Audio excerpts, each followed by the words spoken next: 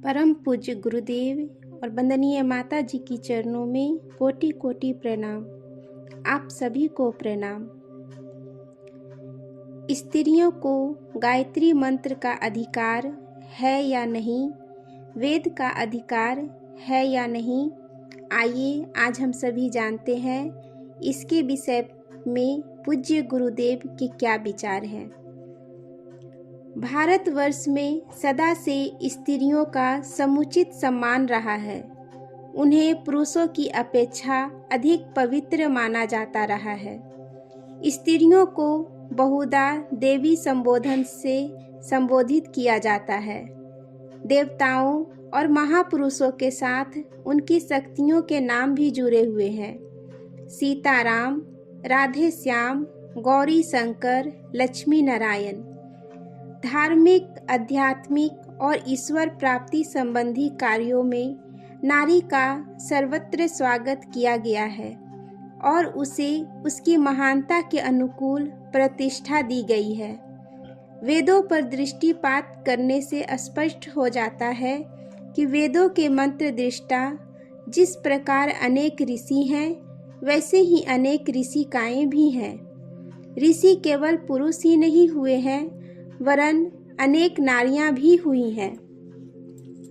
ईश्वर ने नारियों के अंतःकरण में भी उसी प्रकार वेद ज्ञान प्रकाशित किया है जैसे पुरुषों के अंतःकरण में, क्योंकि प्रभु के लिए दोनों ही संतान समान हैं। महान दयालु, न्यायकारी और निष्पक्ष प्रभु अपने ही संतान में नर नारी का भेदभाव कैसे कर सकते हैं। जब विद्या अध्ययन करने के लिए कन्याओं को पुरुषों की भांति सुविधा थी, तभी इस देश की नारियां गार्गी और मैत्रेयी की तरह विदुषी होती थी। याज्ञवल्क्य जैसे ऋषि को एक नारी ने शास्त्र में विचलित कर दिया था। इसी प्रकार शंकराचार्य जी को भारती देवी के साथ शास्त्र करना पड़ा था। उस भारती देवी नामक महिला ने शंकराचार्य जी से ऐसा अद्भुत शास्त्र किया था कि बड़े बड़े विद्वान भी अचंभित रह गए थे।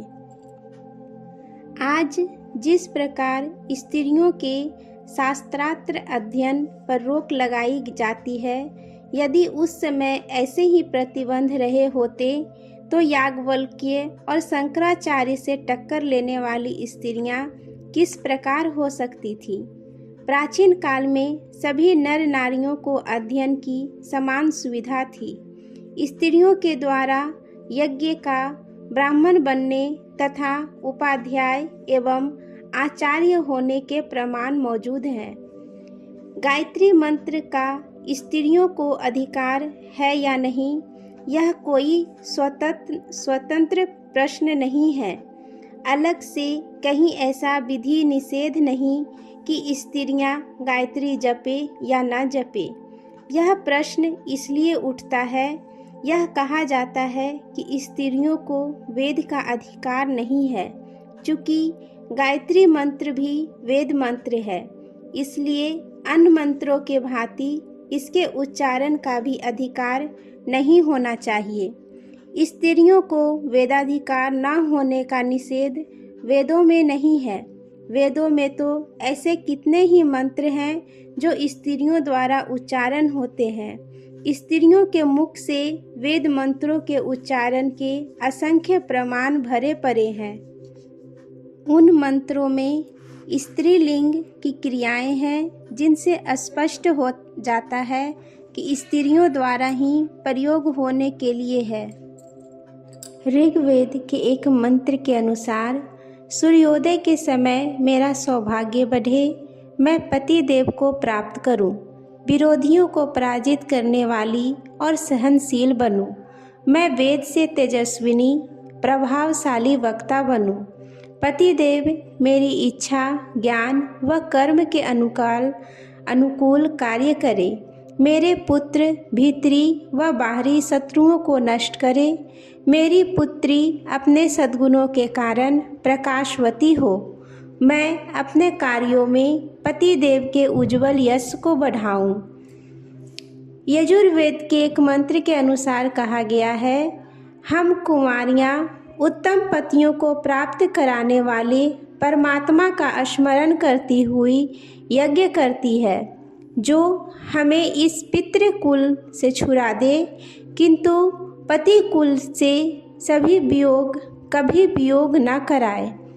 अथर्ववेद के अनुसार वधू कहती है कि मैं यज्ञादि शुभ अनुष्ठानों के लिए शुभ वस्त्र पहनती हूँ, सौभाग्य, आनंद, धन तथा संतान की कामना करती हूँ, मैं सदा प्रसन्न रहूँगी। काठक संहिता से लिया गया है। आप वेद हैं, सर्वश्रेष्ठ गुणों और ऐश्वर्यों को प्राप्त कराने वाले ज्ञान लाभ के लिए आपको भली प्रकार प्राप्त करूं। वेद मुझे तेजस्वी, कुल को उत्तम बनाने वाला, ऐश्वर्य को बढ़ाने वाला ज्ञान दे। वेद मुझे वीर श्रेष्ठ संतान दे। विवाह के समय वर वधू दोनों सम्मिलित रूप से मंत्र उच्चारण करते हैं। ऋग्वेद से सब विद्वान लोग यह जान ले कि हम दोनों के हृदय जल की तरह परस्पर प्रेम पूर्वक मिले रहेंगे। विश्व नियंता परमात्मा तथा विदुषी देवियों हम दोनों के प्रेम को अस्थिर बनाने में सहायक करें। नीचे कुछ मंत्रों में वधू को वेद परायण होने के लिए कितना अच्छा आदेश दिया है। अथर्ववेद के अनुसार, हे वधू, तुम्हारे आगे, पीछे, मध्य तथा अंत में सर्वत्र वेद विशेषज्ञ ज्ञान रहे।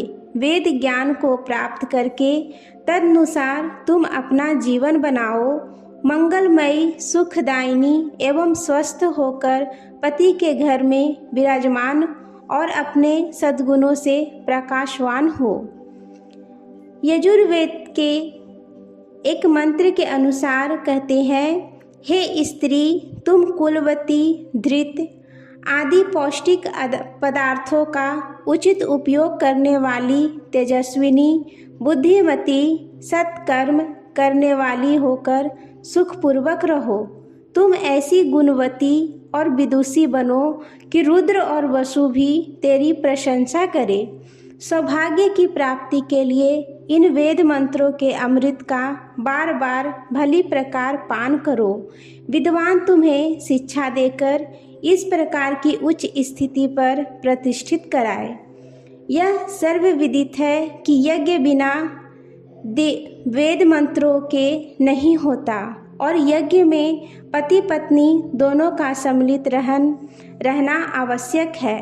रामचंद्र जी ने सीता की अनुपस्थिति में सोने की प्रतिमा रखकर यज्ञ किया था। ब्रह्मा जी को भी सावित्री की अनुपस्थिति में द्वितीय पत्नी का वरण करना पड़ा था, क्योंकि यज्ञ की पूर्ति के लिए पत्नी की उपस्थिति आवश्यक है। जब स्त्री यज्ञ करती है तो उसे वेदाधिकार न होने की बात किस प्रकार कही जा सकती है। यम स्मृति से कहा गया है, जिस प्रकार स्त्रियों को वेद के कर्मों में अधिकार है, वैसे ही ब्रह्म विद्या प्राप्त करने का भी अधिकार है। गायत्री मंत्र के अधिकार के संबंध में तो ऋषियों ने और भी स्पष्ट शब्दों में उल्लेख किया है। नीचे के 2 स्मृति प्रमाण देखिए, जिनमें स्त्रियों को गायत्री की उपासना का विधान किया गया है। प्राचीन समय में स्त्रियों को मौजी बंधन, वेदों का पढ़ाना तथा गायत्री का उपदेश इष्ट था। यदि स्त्री के मन में पति के प्रति दुर्भाव आए तो उस पाप का प्रायश्चित करने के साथ 108 मंत्र गायत्री जपने से वह पवित्र होती है। यह वशिष्ठ स्मृति भाष्य है। इतने पर भी यदि कोई यह कहे कि स्त्रियों को गायत्री का अधिकार नहीं, तो दुराग्रह या कुसंस्कार ही कहना चाहिए। ईश्वर की हम नारी के रूप में, गायत्री के रूप में उपासना करें और फिर नारी जाति को ही घृणित, पतित, अंधकारणी ठहराए, यह कहाँ तक उचित है? इस पर हमें स्वयं ही विचार करना चाहिए। वेद ज्ञान सबके लिए है, नर नारी सभी के लिए है। ईश्वर अपनी संतान को जो संदेश देता है उसे सुनने पर प्रतिबंध लगाना ईश्वर के प्रति द्रोह करना है, जैसा वेद भगवान स्वयं उपयुक्त पंक्तियों में कह रहे हैं। इतने पर भी यदि कोई यह कहे कि स्त्रियों को गायत्री का अधिकार नहीं, तो उसे दुराग्रह या हठधर्मिता ही कहना चाहिए। महिलाओं के वेद शास्त्र अपनाने एवं गायत्री साधना करने के असंख्य प्रमाण धर्म ग्रंथों में भरे पड़े हैं। उनकी ओर से आंखें बंद करके किन्हीं 2-4 प्रक्षिप्त श्लोकों को लेकर बैठना और उन्हीं के आधार पर स्त्रियों को अंधकारणी ठहराना कोई बुद्धिमानी की बात नहीं है। स्त्रियों को पुरुषों की भांति ही गायत्री का अधिकार है। वे भी पुरुषों की भांति ही माता की गोदी में बैठने की, उसका आंचल पकड़ने की, उसका पैपान करने की पूर्ण अधिकारिणी है। उन्हें सब प्रकार का संकोच छोड़कर प्रसन्नतापूर्वक गायत्री की उपासना करनी चाहिए। इससे उनके भव बंधन कटेंगे, जन्म मरण की फांसी से छूटेंगी। जब जीव मुक्ति और स्वर्गीय शांति की अधिकारिणी बनेंगी, साथ ही अपने पुण्य प्रताप से अपने परिजनों के स्वास्थ्य, सौभाग्य, वैभव एवं सुख शांति की दिनों दिन वृद्धि करने में महत्वपूर्ण सहयोग दे सकेंगी। गायत्री को अपनाने वाली देवियाँ सच्चे अर्थों में देवी बनती है। उनमें दिव्य गुणों का प्रकाश होता है। तदनुसार वे सर्वत्र उसी प्रकाश को प्राप्त करती हैं जो उनका ईश्वर प्रदत्त जन्मजात अधिकार है। आज के लिए यहीं तक। आप सभी को धन्यवाद। जय माँ गायत्री।